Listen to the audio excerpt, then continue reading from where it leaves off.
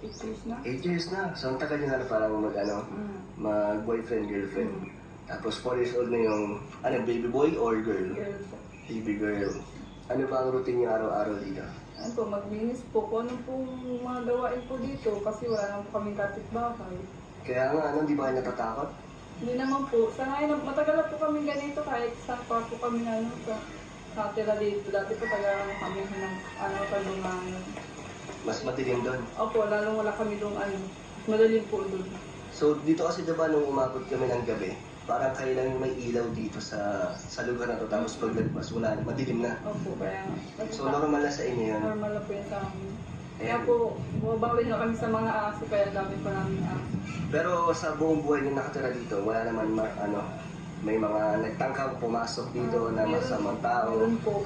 Nanakawan po kami ng gamit kahit ang dami po namin dito na may nakapasok pa din po para magnakaw po ng gamit. Gabi yun. Gabi po. So tulog kayong lahat. Opo, tulog po. And buti hindi na naulit.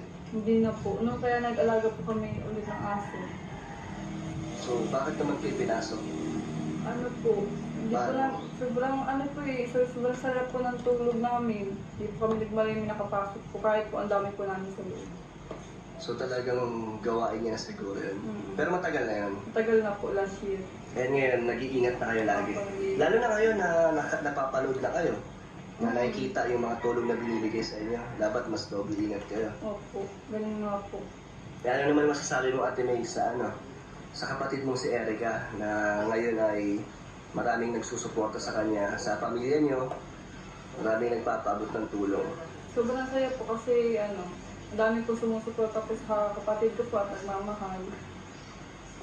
Saka po nagpapasalamat po ako sa mga sponsor po na nagmamahal po sa kapatid ko, hindi po siya pinapabayaan. Kahit ang dami po niyang basher, go to the flow lang po yung kapatid ko. Ikaw, ano naman ang nararamdaman mo sa mga bashers ni Erica?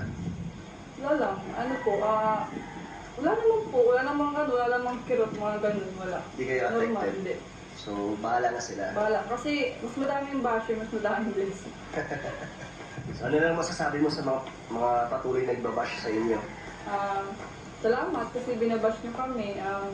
Kasi kahit gagawa niyo na, iniisip niyo pa rin kami para siraan sa Facebook. Yun lang. Naglalaan sila ng oras sa inyo? Oo, naglalaan sila ng oras para sa amin.